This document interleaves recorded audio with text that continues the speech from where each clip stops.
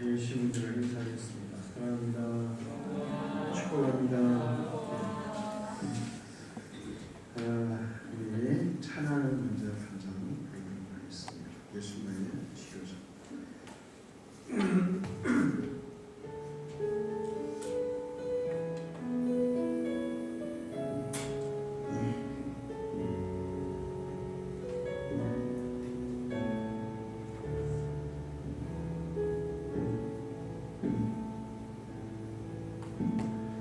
예수 나의 조치료자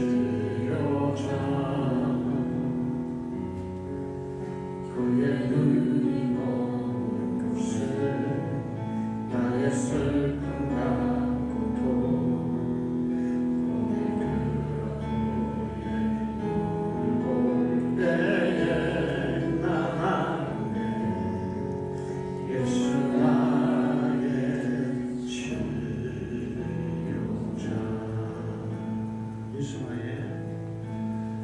예수 나의 조치료자 그의 손길이 간 곳을 나의 상처와 아픔 영원히 너를 바라보는 나는 예수 나의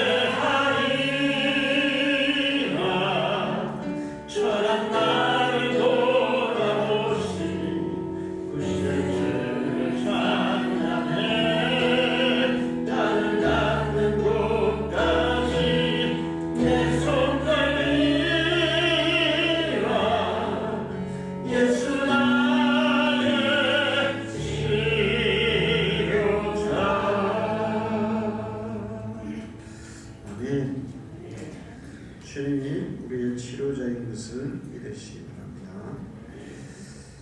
지금 코로나로 전 세계가 몸살을 앓고 있습니다. 어제까지 우리나라는 확진자가 903만 8천명입니다. 사망자는 12,101명입니다. 정부에서는 코로나가 독감술이라고 얘기하지만 독감하고는 차원이 다릅니다. 독감이 800만 명까지 걸려본 역사가 없어요. 하루에 확진자가 40만, 50만이 나올 수도 없어요. 그리고 지금 코로나가 이제 2년 정도 좀 지났는데 독감은 1년에 죽는 사람이 14,000명에서 2,000명. 코로나는 12,000명이 죽었어요. 독감보다 훨씬 많은 사람이 죽었죠. 지금 정부에서는 이제 방역 원칙을 계속 푸는 상태에 있습니다. 요즘도 하루에 많이 죽을 때는 400명, 300명 그렇게 죽습니다. 중증 환자들이 1,100명에서 1,000명 왔다 갔다 하는데 나아서 그렇게 되는 게 아니라 중증 환자들이 죽어서 숫자가 줄었다가 늘었다가 그렇게 해요. 지금은 가장 좋은 방법은 우리가 조심하는 방법밖에 없습니다. 그리고 하나님이 우리에게 가르쳐 주신 전염병 예방 원칙이 있는데 3,500년 전에 하나님이 미리 가르쳐 주셨어요. 이스라엘 백성들은 이 원칙대로 살 때 중세에 흑사병이 유럽을 휩쓸 때 수많은 사람이 죽었습니다. 그때 유대인들은 거의 걸리지도 죽지도 않았어요. 이유는 하나님께서 레위기에서 가르쳐 주신 천년병 예방 원칙을 지켰기 때문에 유대인들은 거의 안 걸렸다는 거예요. 여러분도 오늘 제가 좀 이따가 말씀드리는 레위기에서 하나님이 우리에게 가르쳐 주시던 그 천년병 예방 원칙을 지키시면 코로나가 아무리 창궐해도 여러분은 안전하게 보호될 줄 믿습니다. 지금 전 세계 확진자가 46만 4억 6,800명이에요. 4억 6,800명 이제 좀 있으면 거의 뭐 10분의 1 수준으로 걸리지 않을까 싶은데 죽은 사람은 600만 명이 조금 넘었어요. 전 세계적인 재앙입니다. 지금 우리나라는 확진자가 세계 1위예요. 우리나라는 매일 40만에서 50만을 왔다 갔다 합니다. 지금 두 번째로 이 확진자가 많이 나오는 나라가 독일인데 한 26만 명 정도 돼요. 우리는 독일보다 지금 2배가 더 많아요. 거기다가 다른 나라들 미국이 그렇게 많이 나왔었는데 미국은 6,800만 명이 걸렸어요 지금까지. 우리나라 인구보다 더 많이 걸렸죠. 근데 요즘은 확진자가 4만 명에서 5만 명밖에 안 나와요. 우리나라는 백신 접종률이 세계 1위고 마스크 착용률이 세계 1위입니다. 그런데 지금 확진자도 세계 1위로 많이 나오고 있어요. 참 아이러니컬한 그런 현상입니다. 이럴 때 제일 중요한 것은 우리 스스로가 우리 자신을 지키는 방법밖에 없어요. 하나님은 3,500년 전에 하나님의 백성들, 이스라엘 백성들에게 세상에는 이런 천년병들이 계속 등장했다 사라지고 등장했다 사라지기 때문에 이런 것들을 철저하게 예방하는 방법을 가르쳐 주셨습니다. 그 첫 번째가 뭐냐 하면 감염원과 접촉된 사람은 격리하는 거예요. 우리는 감염된 사람을 격리시킵니다. 근데 하나님은 레위기에서 감염원과 접촉된 사람, 그러니까 설사 그 사람이 감염이 안 된다 하더라도 접촉된 사람은 7일을 격리하겠어요. 그런데 현대의학, 지금 코로나 감염을 예방하는 방법이 바로 7일 동안 격리입니다.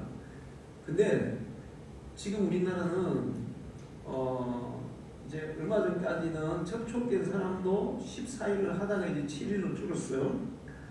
이제는 성경대로 이제 7일을 이제 격리시킵니다. 지금은 이제 접촉자는 안 시키고 걸린 사람만 7일을 격리시켜요. 근데 하나님은 이스라엘 백성들에게 접촉된 사람도 7일간을 격리시켜라.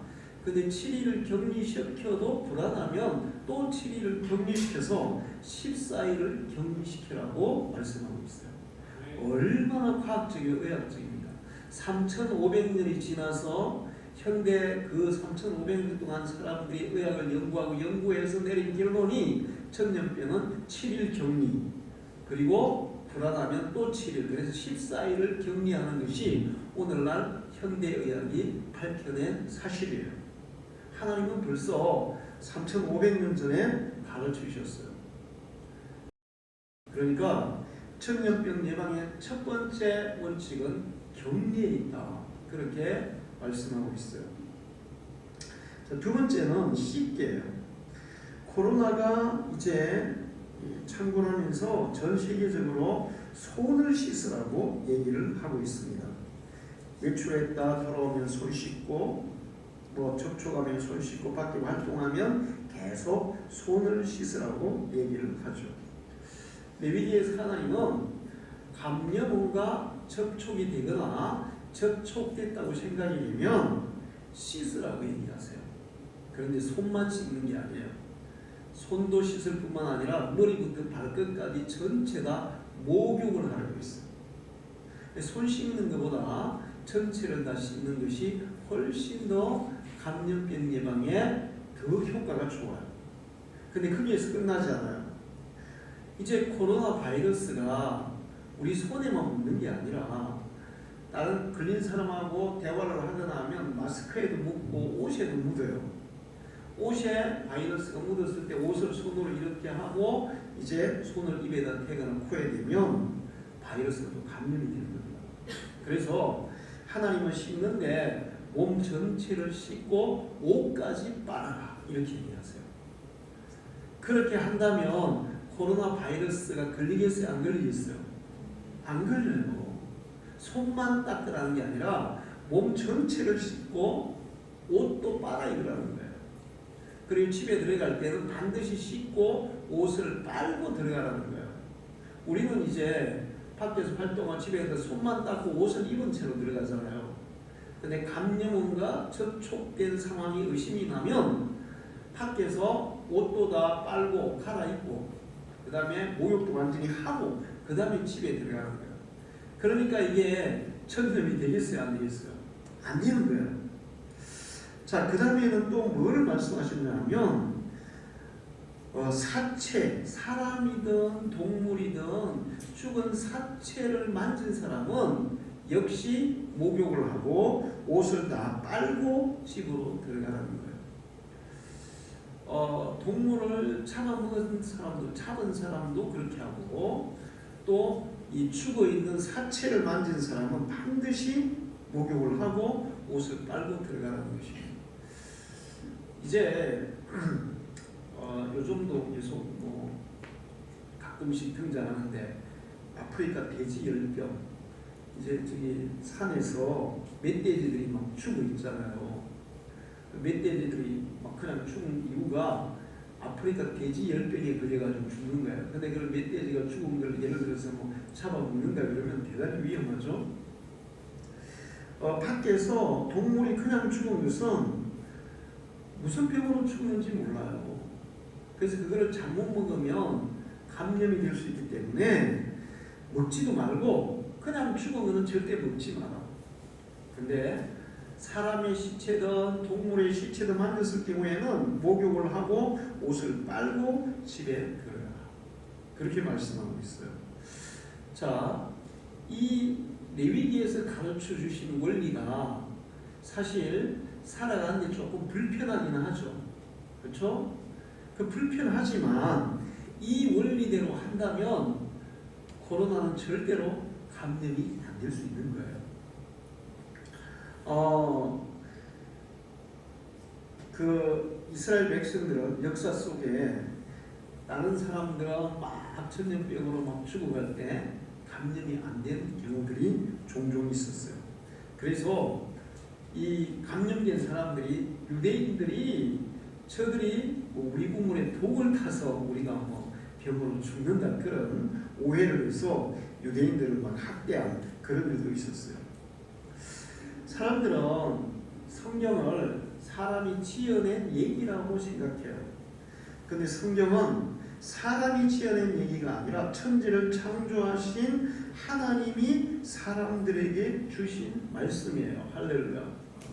성경에 기록된 과학적, 의학적 사실들이 성경에는 벌써 하나님이 다 말씀하셨는데 사람들이 그걸 모르고 그걸 연구하고 막 3,000년, 4,000년이 지나서 이제 와서 의학이 발달하고 과학이 발달하면서 성경에 있는 의학적 지식, 과학적 지식들을 알아내고 있습니다.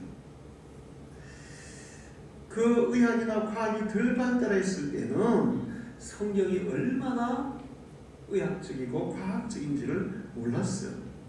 성경대로 살면 그런 전염병이 창궐한 가운데서도 건강하게 살 수 있는 줄 믿습니다. 여러분이 만약에 지금 코로나가 치사율이 이렇게 0.몇% 이렇게밖에 안 돼요. 근데 에볼라라든지 그런 것처럼 치사율이 막 60%, 70% 되면 레위기에 있는 거 실천하겠어요? 안 하겠어요? 하겠어요? 안 하겠어요? 하죠. 이게 이 전염병 예방의 그 원칙이라는 걸 안다면 이거 좀 옷도 빨고 막 목욕하고 좀 불편하잖아요. 그래도 이걸 안 지키겠어요? 치사율이 막 60, 70% 되면 걸리면 막 죽는다며. 걸려도 지금 뭐 그렇게 많이 죽지 않으니까. 그러니까 사람들이 덜 조심하는 거죠. 어쨌든 우리는 하나님이 우리에게 가르쳐 주신 이런 원리를 따라 살면 건강하게 살 줄로 믿습니다. 하나님은 우리가 이렇게 전염병으로부터 질병으로부터 우리 자신을 보호하고 우리를 안전하게 하는 그런 방법을 알려주셨을 뿐만 아니고 또 하나님은 우리를 치료하시는 하나님이에요. 할렐루야. 치료하시는 하나님을 여호와 라파라고 얘기해요. 여호와 라파. 하나님은 치료자다. 라파가 치료자라는 뜻이에요. 오늘 읽은 성경의 거기 나는 너희를 치료하는 여호와임이니라. 이 말씀이 여호와 라파 이렇게 되어 있어요. 하나님은 우리를 치료하시는 하나님이다. 성경에는 하나님께서 우리를 치료하시는 말씀, 치료하신다는 말씀이 아주 많아요. 말라기 4장 2절에도 내 이름을 괜히 하는 너희에게는 의로운 해가 떠올라서 치료하는 광선을 비추리니 너희가 나가서 외양간에서 나온 송아지같이 뛰리라. 할렐루야. 이것도 얼마나 의학적인지 몰라요. 치료하는 광선을 비추리니. 현대의학은 불치의 병들을 치료할 때 거의 광선 치료를 많이 합니다. 광선을. 그리고 열을 올렸어. 뭐 감마 나이프 뭐 이런 것도 있고 온열 치료 막 이런 것들이 많은데 치료하는 광선. 현대의학이 이 광선 치료를 많이 해요. 그런 거 많이 이 파란색 뭐 저비에선 뭐 이런 것들을 가지고 또 뭐 X선 뭐 이런 것들을 가지고 치료를 하는데 하나님은 벌써 옛날부터 우리에게 치료의 광선을 비춰주신다는 거예요. 할렐루야.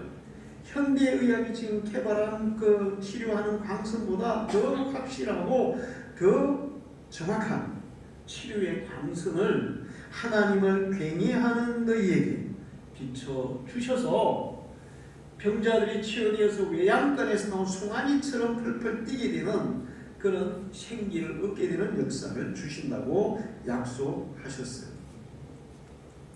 여러분은 하나님의 능력으로 건강한 삶을 살아가기를 축원합니다.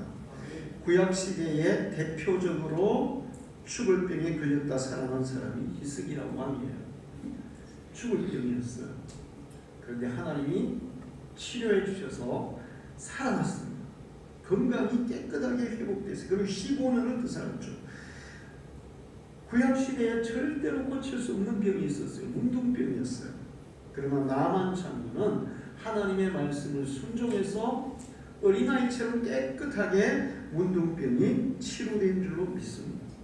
심지어는 죽은 사람들이 살아난 경우들이 있어요. 신약 성경에서는 더 많은 치료의 기적들이 있는 것을 볼 수 있습니다. 마태복음 4장 24절을 보면 그의 소문이 온 수리아에 퍼진지라 사람들이 모든 앓는 자 곧 각종 병에 걸려서 고통당하는 자 귀신 들린 자 간질하는 자 중풍병자들을 데려오니 그들을 고치시더라. 마태복음 19장 2절에도 큰 무리가 따르기를 예수께서 거기서 그들의 병을 고치시더라. 예수님 앞으로 나오는 사람들은 어떤 병이든지 다 치료된 줄로 믿습니다. 주님을 찾는 자들은 어떤 병이든 다 고침을 받았어요.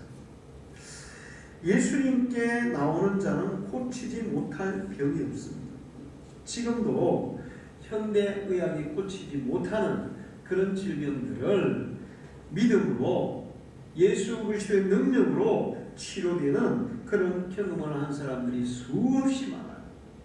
주님을 찾는 자는 하나님을 괭이하는 자는 하나님이 치료의 광선을 비춰주시고 때로는 하나님의 능력으로 그를 일으켜서 질병을 치료해 주시는 여호와 라파의 하나님을 믿으시기를 바랍니다. 할렐루야. 자, 그런데 하나님의 치료, 여호와 라파의 하나님은 그 치료가 그냥 육신의 질병만 치료하는 치료가 아니에요. 현대의학으로 치료가 안 되는 것들이 많죠. 이제 대표적인 케이스는 당뇨, 고혈압 이런 것들은 치료가 되는 게 아니에요.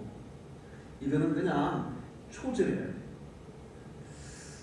저도 이제 당뇨약하고 고혈압약을 먹는데, 제가 얼마 전에 한의사가 쓴, 자기가 당뇨가 걸려가지고 자기 몸을 이 테스트 도구로 삼아가지고 테스트를 해서 책을 안 썼어요. 당뇨약 안 먹고도 당뇨를 치료하는 게 아니라 조절할 수 있는 걸 썼더라고요. 그래서 제가 이제 그 책을 보고 벌써부터 이제 그 의사, 그 한의사가 얘기한 거를 조금씩은 제가 해봤는데, 요 며칠간 실험을 해봤어요.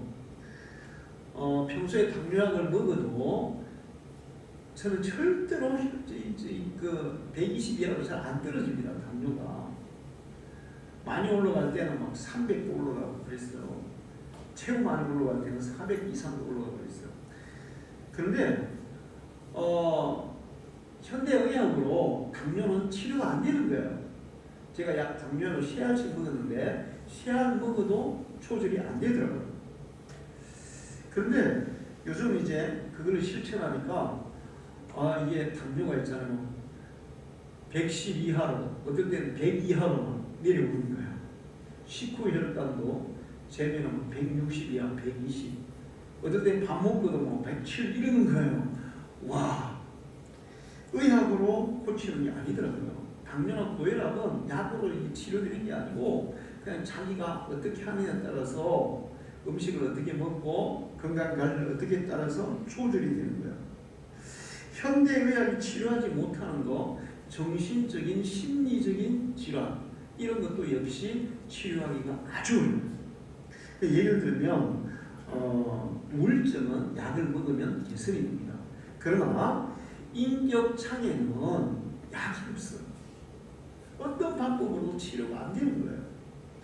그런데 하나님은 우리의 육신의 질병뿐만 아니라 우리의 심리적인 질병, 우리의 인격의 파탄 이런 것도 치료하는 분이심을 믿으시기 바랍니다. 할렐루야.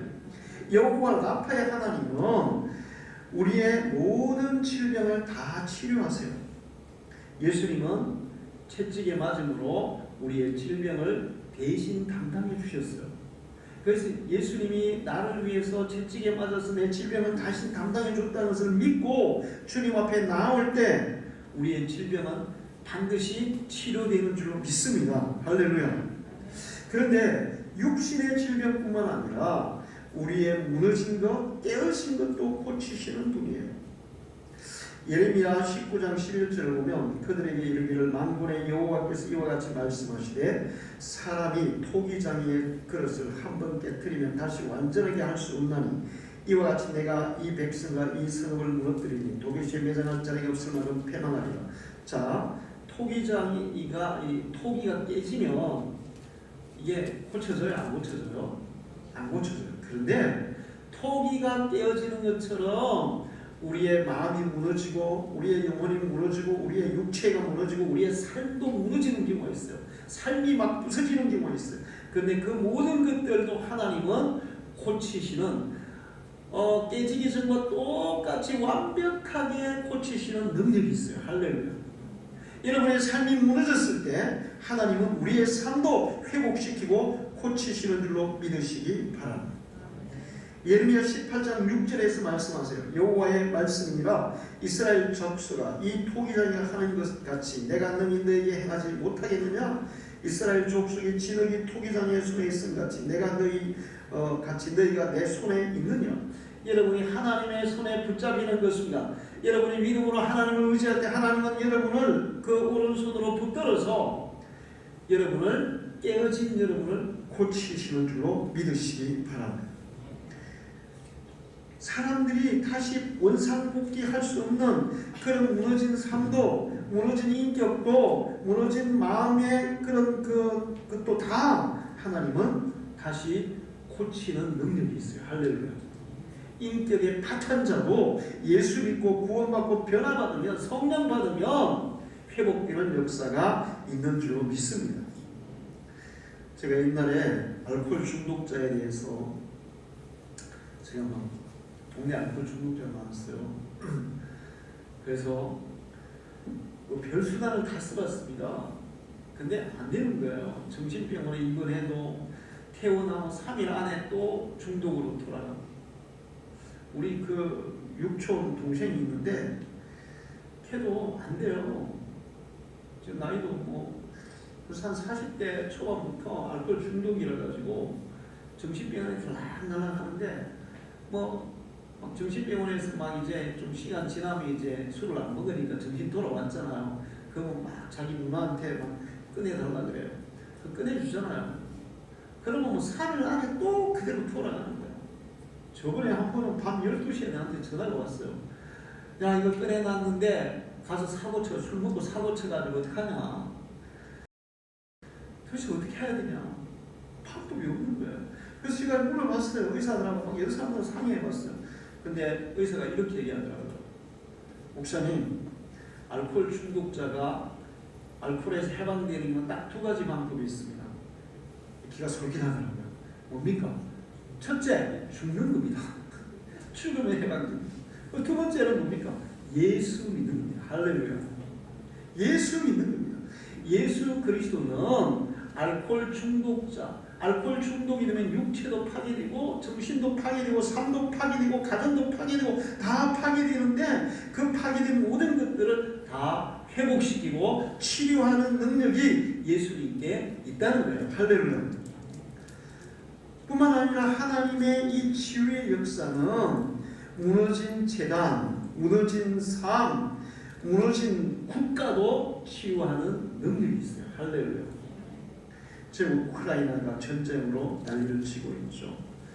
전쟁이 끝나도 그 나라가 회복되기까지는 얼마나 많은 시간이 걸릴지 모르고 자칫하면 영원히 회복이 안 될 수도 있어요. 그러나 우리나라는 일제시대를 겪고 6.25를 겪고 정말 완전히 파괴된 잿더미에서 전 세계적으로 가장 빠른 시일에 정말 후진국에서 이제 선진국으로 도약하는 이런 놀라운 회복의 역사가 있었어요. 여기에는 우리 국민들의 끈기와 성실과 열심과 부지런함과 모든 것들이 작용하지만 더 중요한 것은 하나님이 회복시켰다는 사실입니다. 할렐루야. 우리나라가 영적으로 신앙적으로 가장 왕성하게 부흥할 때 우리나라 경제도 우리나라 산업도 우리나라 국력도 가장 빠르게 회복됐어요. 할렐루야. 예레미야 33장 6절을 보면 그러나 보라 내가 이 성읍을 치료하며 고쳐 낫게 하고 평안과 진실이 풍부함을 그들에게 나타낼 것이며 무너진 성읍 이스라엘이 바벨론의 침공을 받고 완전히 무너졌어요. 예루살렘 성 하나도 이 성 도리에 돌도 안 남고 성전도 완전히 파괴됐지만 하나님이 그것을 다시 치료해서 세우리라. 할렐루야. 70년이 지난 후에 하나님은 그 말씀대로 치료해서 예루살렘을 재건하고 성전을 재건하고 다시 세운 줄 믿습니다. 하나님의 이런 회복과 치료는 우리의 육신의 건강뿐만 아니라 우리의 영혼과 우리의 마음과 심리와 우리의 삶과 국가와 재단과 이 모든 것들을 치유하는 능력이 하나님의 치유의 능력이에요. 할렐루야. 왕하 2장 22절을 보면 그 물이 엘리사가 한 말과 같이 고쳐져서 오늘에 이르렀더라. 하나님은 자연도 고치시는 능력이 있어요. 할렐루야. 쓴물을 단물로 만드시고 물이 안 좋아서 곡식이 안 되는 그런 땅을 하나님이 치유해서 곡식이 잘 되는 땅으로 회복시킨 역사가 있는 줄 믿습니다. 제가 이제 미신적인 사고를 하시는 분들은 정말 위험해요. 정말 문제가 많아요. 요즘 우리 윤석열 당선자가 청와대를 용산 미국 법무 쪽으로 옮긴다니까 무슨 말들이 지금 많이 도냐면 지금 청와대 자리가 미심적으로 안 좋은 자리라서 그래서 옮기려 한다 이런 얘기를 해요. 자, 그 다음에 무슨 얘기를 하냐면 어떤 사람은 지금 청와대들은 진짜 안 좋다. 연산군이 거기서 폭정을 해갖고 민비가 거기서 죽었고 박정희가 거기서 죽었고 뭐 그러면서 이제 그 청와대 자리는 정말 그 미심적으로 그냥 아주 이 저주받은 자리다. 그래서 옮겨야 된다. 이렇게 얘기하는 사람들도 있어요. 그래서 제가 그런 글을 쓴 사람이 댓글을 들었어요. 땅이 사람의 삶을 결정하는 게 아니라 인간의 삶이 그 땅을 결정하는 것이다. 할렐루야. 여러분 이걸 믿어야 돼요. 땅이 인생을 결정하는 게 아니에요. 거기에 사는 사람들이 그 땅을 결정하는 거예요. 사는 사람들이 잘하면 땅은 복된 땅으로 바뀔 줄 믿습니다. 하나님은 이스라엘 백성들에게 분명히 젖과 꿀이 흐르는 가나안 땅을 약속했어요. 젖과 꿀이 흐르는 땅은 뭐예요? 풍요롭고 살기 좋고 아주 기름진 옥토의 땅을 하나님이 주신다고 약속하신 거예요. 그들이 가나안 땅에 들어갔어요. 그런데 그들이 거기에서 어떻게 사느냐에 따라서 이 가나안 땅은 젖과 꿀이 흐르는 땅이 되기도 했다가 그들이 하나님을 거역하고 범죄하고 우상 숭배하고 못된 짓을 하면 황무지가 되기도 했어요. 그러니까 땅이 사람을 만드는 게 아니라 사람이 땅을 만드는 거예요. 할렐루야. 그래서 제가 댓글을 썼어요. 연산군이 민비가 그 박정희 대통령이 그러면 그들이 잘했습니까? 그들이 정말 잘했다면 거기에서 잘 살았고 그 땅이 축복의 땅이 됐을 줄 믿습니다. 연산군이 잘했는데 그렇게 비참하게 죽었습니까? 민비도 마찬가지예요. 제가 민비 일본 사람들이 죽이고 그 다음에 고종 황제 부인이고 그래서 정말 안타까워하고 애석하고 하는데 그가 한 정치적인 행위들을 보면 문제가 아주 많습니다. 자기의 권세를 위해서 일본을 끌어들인 사람이 민비예요. 결국에는 그 끌어들인 사람들에서 살해당한 거예요. 고종 황제가 정치를 잘했다면 그런 일이 일어났겠어요? 박정희 대통령이 잘한 일도 많습니다. 잘한 일도 많지만 정말 잘한 일이 많아요. 그러나 박정희 대통령에 대해서 원한을 가진 사람들이 있겠어요? 없겠어요? 어마무시하게 많아요. 정말 아무 죄도 없이 누명을 뒤집어 쓰고 완전히 죄를 뒤집어 쓰고 그냥 단 하루 만에 이틀 만에 처형당한 사람도 많아요. 그리고 역사가 지난 후에 그들이 잘못이 없었다고 밝혀진 사람도 많아요. 잘했다면 그 청와대는 정말 좋은 땅으로 바뀌었을 거예요. 여러분, 하나님의 치료하시는 역사, 땅을 치료하고 나라를 치료하고 자연을 치료하는 그 역사는 그곳에 사는 사람들이 어떻게 살아가느냐, 어떤 믿음을 가지고 어떻게 바르게 정의롭게 살아가느냐, 거기에 의해서 땅이 고쳐지기도 하고 땅이 황폐해지기도 한다는 사실을 기억해야 돼요. 할렐루야.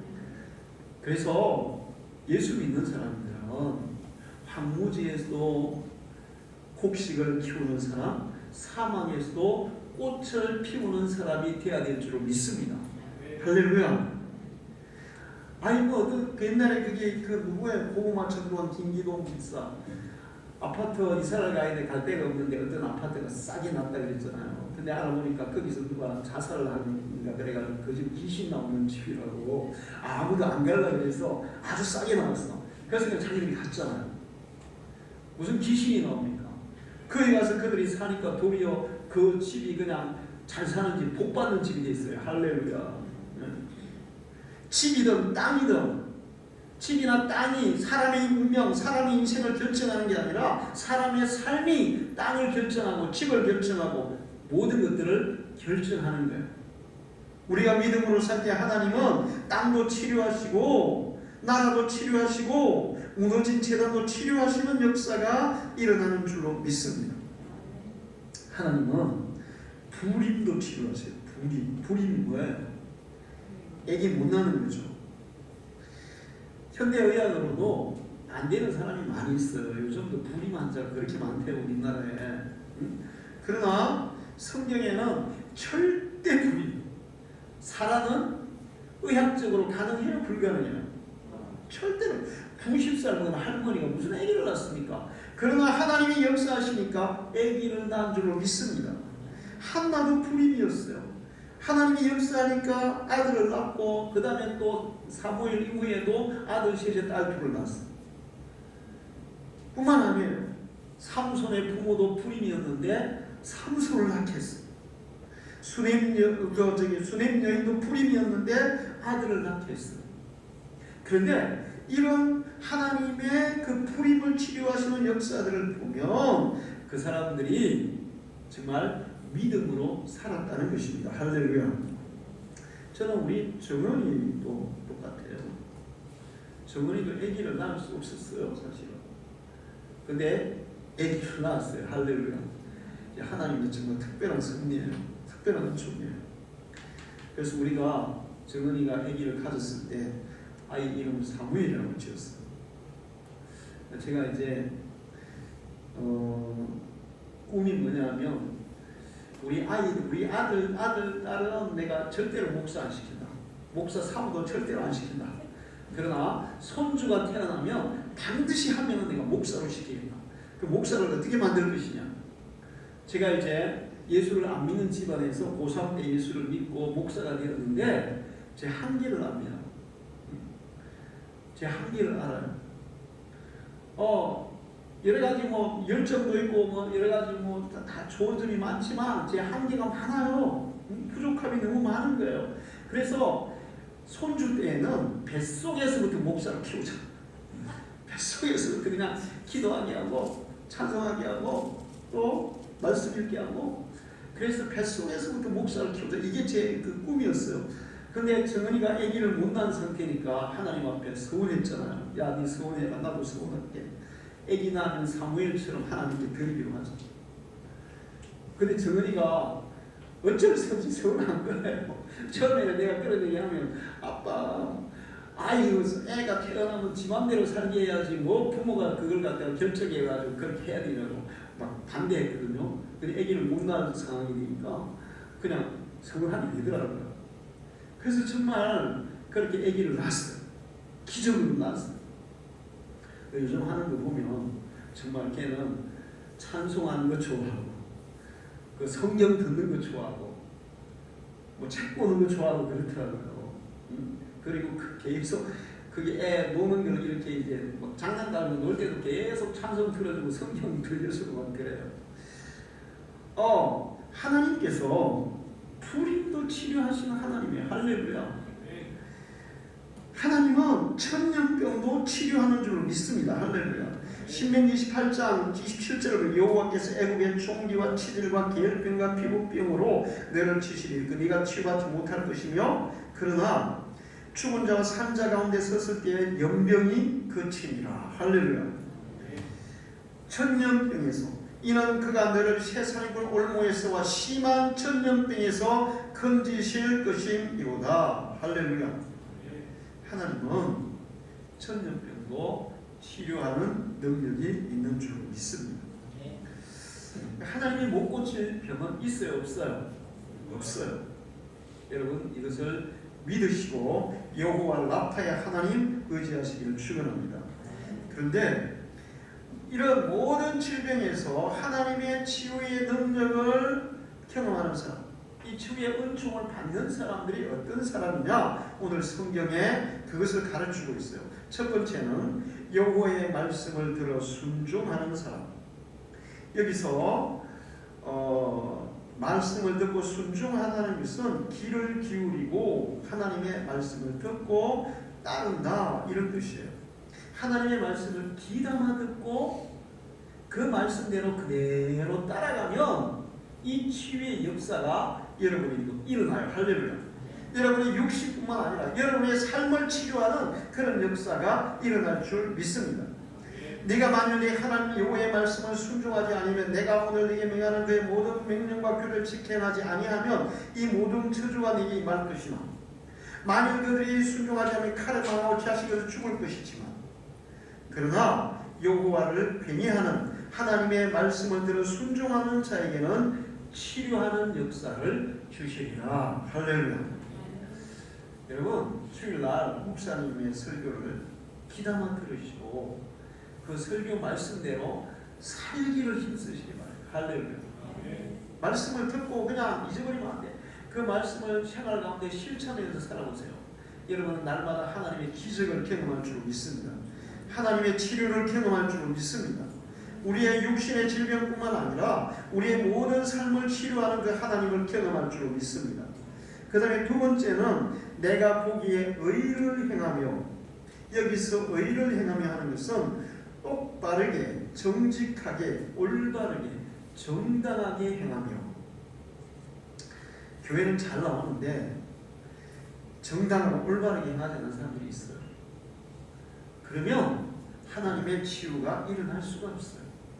교회도 나오고 예수도 잘 믿는데 올바르게 살아야 돼요. 할렐루야. 히스기야는 죽을 병에서 살아났어요. 그런데 왕하 1왕기하 18장 3절을 보면 히스기야가 그의 조상 다윗의 모든 행위와 같이 여호와 보시기에 정직하게 행하여. 할렐루야. 죽을 병에 하나님이 히스기야를 고쳐주셨는데 그가 하나님 보시기에 정직하게 행했더라. 그렇게 말씀하고 있습니다. 성경에는 하나님 앞에 정직하게 올바르게 행한 자들을 고치신 일들이 많습니다. 하나님은 하나님이 말씀하신 것을 따라서 정직하고 진실하게 똑바르게 살아가는 사람들을 치료하세요. 할렐루야. 우리가 교회 나와서 간절히 기도하는데 기도는 간절히 했는데 우리의 삶은 바르게 하지 않으면, 정직하게 하지 않으면, 정당하게 하지 않으면 하나님이 우리를 치료해 줄 수 없는 거예요. 열왕기하 15장 5절을 보면 여호와께서 왕을 치셨으므로 그가 죽는 새에 나병 환자가 되어 별궁의 그 왕자 요담이 왕궁을 다스리며 그의 땅에 백성을 치리하였더라. 이게 무슨 얘기냐면 우시야 왕이 하나님 잘 믿었어요. 그래서 너무 열심을 해가지고 하나님만 너무 열심히 믿어가지고 왕은 하면 안 돼요. 제사장만 할 수 있는 일을 지가 하려는 거야. 이거는 뭐예요? 월권이고 오바예요. 오바. 그래서 성전에 들어가서 분양단에 자기가 막 분양하라고 했어요. 이거는 제사장만 할 수 있는 일인데, 그래서 하나님이 우시야 왕에게 문둥병을 줘가지고 평생 별궁에서 연금 생활을 했단 말이에요. 자, 우리가 하나님이 열심히 예배하고 열심히 기도하고 그런데 하나님의 뜻대로 올바르게 하지 않으면, 정당하게 정의롭게 하지 않으면 도리어 우시아와 같은 일이 일어날 수도 있는 거예요. 히스기야는 여호와 보시기에 정직하고 바르게 행함으로 죽을 병에서 치료받았어요. 할렐루야. 여러분, 우리 방주교회 성도들은 하나님 앞에 의를 행하시기를 축원합니다. 정직하고 바르게 살아가기를 축원합니다. 여러분에게 손해가 온다 할지라도 절대로 불의와 타협하지 마시고, 부정과 타협하지 마시고, 거짓으로 하지 마시고, 손해를 보더라도 정당하고 올바르게 행하기를 축원합니다. 자, 그 다음에 세 번째는 내 계명에 귀를 기울이며. 하나님의 계명은 순결하고 진실해요. 신실하고 의로워요. 믿음의 사람은 하나님의 계명을 기쁨의 대상으로 삼아요. 자, 성경 말씀대로 사는 게 너무 힘들어요. 못해요. 이 사람은 하나님의 사랑도, 하나님이 우리에게 성경을 주신 이유도, 성경이 얼마나 우리에게 유익한 말씀인가도 모르기 때문에 그런 거예요.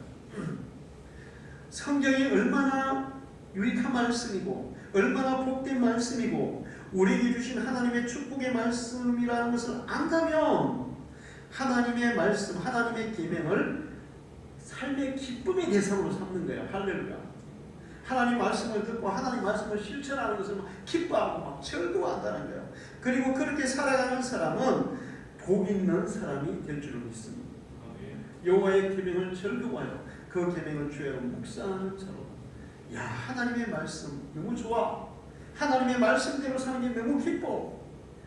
너무 행복해. 여러분 실제로 그래요. 할렐루야. 말씀대로 사는 게 훨씬 행복해요. 할렐루야. 지 맘대로 사는 게 훨씬 불행해요. 저는 여기 우리 개 키우면서 내가 항상 느껴요. 어제도 반달이 탈출했는데 진짜 못 말려. 내가 반다리가 이게 있잖아요. 구멍을 뚫어가지고 다 많았거든. 근데 파이가 있는데 세상에 얼마나 힘이 좋은지 파이를 다 불러내가지고 구멍 뚫어서 탈출했어. 그래서 내가 이따만한 파이를 갖다 딱 놨는데 거기를 이제 못 뚫은 거예요. 근데 옆에 파이 쌓아놨는데 그것도 딱 뚫어가지고 또 나왔어. 반다리는 밖에 나와서 지 맘대로 못 쫓아와요. 어제는 체장님하고 잡으러 갔는데 산으로 도망가가지고 열 팍 받았으니까 안 되겠다. 된장을 팔아야 돼. 진짜 제가 된장을 팔아야 되는 거 아니냐. 열받아가 묶어놔가지고 그냥 꼼짝도 못하게 해야 되나. 이 생각했어요. 근데 이제 금요일부터 나와가지고 어제 하루 종일 밖에 나가니까 먹을 거 없잖아. 쫄쫄 굶었지, 비 맞았지. 그리고 이제 밤에 좀 추웠잖아요. 그 새벽에 사모님이 이제 그 새벽예배 한동 나갔더니 반다리가 문 앞에서 딱 있더래요. 그래서 현관문 저기 1층 현관문 열어줬더니 저기 사무실들이 따라왔더래. 원래는 안 따라옵니다. 도망갑니다. 따라와가지고 그래서 사모님이 이제 소시지 한 2개 주고 그거 먹고 가든한 걸 내가 아침에 이제 갖다가 집어넣었어요. 자, 그런데 이 강아지들이 내가 시키는 대로 하면 걔들은 행복한 거래요. 할렐루야. 내가 먹을 거 다 주지. 안전하게 해주지. 예방주사 맞춰주지. 그 다음에 또 약도 먹여주지. 거기 저기 심장 사상충 걸리는 개들이 많은데 밖에 있는 개들은 그거 약도 내가 다 먹여주지. 예방주사 놔주지. 예방주사 병원에 가면 3만 5만 원인데 저는 1,500원 먹으니까 다 놔주지. 안전하게 딱 이렇게 해주지. 이게 이 강아지들은 주인 말대로 살 때 제일 행복한 거예요. 그래서 흑두와 백두는 반다리가 구멍 뚫어놔도 나가게 안 나가게 안 나가요. 걔들은 아는 거예요. 절대로 안 나가요. 지난번에 한번 흑두 나가가지고 옆에 있는 까망개랑 붙어가지고 물려가지고 구멍 뚫어놔서 안 나가더라고요. 밖에 나가면 물리는 거야. 밖에 나가면 교통사고로 죽는 거야. 밖에 나가면 굶어야 되는 거야. 비 맞아야 되는 거야. 여러분, 하나님의 계명은 우리를 복되게 하는 말씀이에요. 할렐루야. 우리를 유익하게 하는 말씀이에요. 그래서 하나님의 말씀대로 사는 것을 즐거워하고 기뻐하면서 살아야 돼요. 그런 사람은 복 있는 사람이에요. 그리고 그렇게 사는 사람에게 하나님의 놀라운 치유의 역사가, 여호와 라파의 그런 고치는 역사가 일어나는 줄 믿습니다. 할렐루야. 반다리가 계속 도망쳐가지고 그냥 풀러가 안 오고 계속 밖에서 그냥 여기 이 유기견들 되게 많아요. 그렇게 해보세요. 병걸로 죽어도 그냥 그래 내가 병걸로 죽어 살다 죽어 이렇게 되는 거예요. 그러나 내가 시키는 대로 주인이 시키는 대로 해보세요. 맛있는 거 주지요. 그 다음에 병도 안 걸리게 예방주사 놔주시오. 아프면은 또 약 주지요. 또 뭐 상처 나면 약 발라주시오. 하나님의 말씀대로 하나님의 계명대로 사는 것이 우리의 행복이고 우리의 기쁨이 되어야 될 줄로 믿습니다. 할렐루야.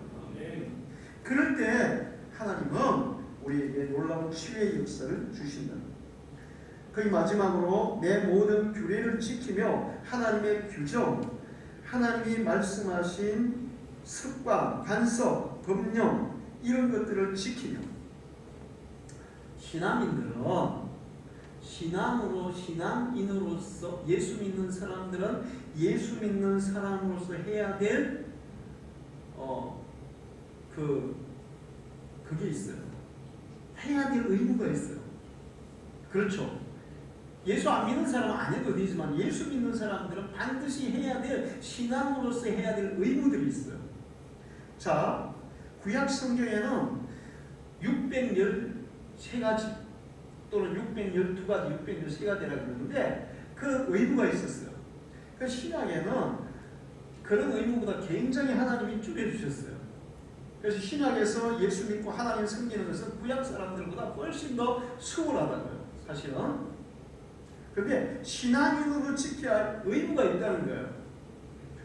의무는 안 하면서 기도하면 하나님이 고쳐줄 수 없습니다. 여러분이 신앙인으로서 예수 믿는 사람으로서 해야 할 신앙의 의무들을 지키면서 살아갈 때 하나님의 치료가 일어나는 줄 믿습니다. 할렐루야. 신앙의 의무들이 뭐예요? 주일날 와서 예배하는 것은 예수 믿는 사람들의 의무예요. 코로나가 뭐 참고를 하든 뭐 하든 간에 어쨌든 우리는 하나님 앞에 주일날은 교회 와서 예배 드려요. 그 다음에 하나님 앞에 11조를 드리는 것도 신앙인의 의무예요. 하나님 앞에 성경을 읽는 것도 의무고 기도하는 것도 의무고 그 외에도 하나님을 위해서 봉사하는 것도 예를 들어 어떤 사명이 책임이 주어지면 그 책임도 의무, 교사 책임이 좀 교사가 의무가 되기도 하고 성가대가 의무가 되기도 하고 뭐 여러 가지 의무가 주어지는데 그런 것들을 충실히 지키면 할렐루야. 여러분 그럴 때 하나님은 여러분의 삶도 치료하시고 여러분의 건강도 치료하시고 여러분의 모든 것들을 치료해서 강건한 복된 삶을 살아가게 하실 줄 믿습니다. 하나님은 치료자입니다. 우리를 완벽하게 치료하는 여호와 라파의 하나님. 여러분이 이 치료의 하나님을 경험하면서 살아가기를 축원합니다. 기도하겠습니다. 하나님 아버지, 오늘도 거룩한 승리를 주사 죄전에 불러주시고 귀한 말씀 주시니 감사합니다. 전 세계가 코로나 전염병으로 몸살을 앓고 있습니다. 하나님은 이 전염병 가운데서도 하나님의 백성들을 보호해 주시는 줄 믿습니다. 육신의 질병뿐만 아니라 우리의 영혼, 우리의 마음, 우리의 삶에 무너진 모든 것들도 하나님은 치료해 주시는 줄 믿습니다. 우리가 하나님 앞에 믿음을 지키고 하나님 앞에 의를 행하고 또 하나님이 주신 모든 아버지 하나님 참으로 그 사명과 임무에 충실하게 살아갈 때 하나님의 치료의 역사는 언제나 우리와 함께 하시고 일어날 줄로 믿습니다. 우리 방주교의 성도들이 항상 여호와 라파의 하나님을 경험하며 살게 해 주옵소서. 예수님의 이름으로 기도하옵나이다. 아멘.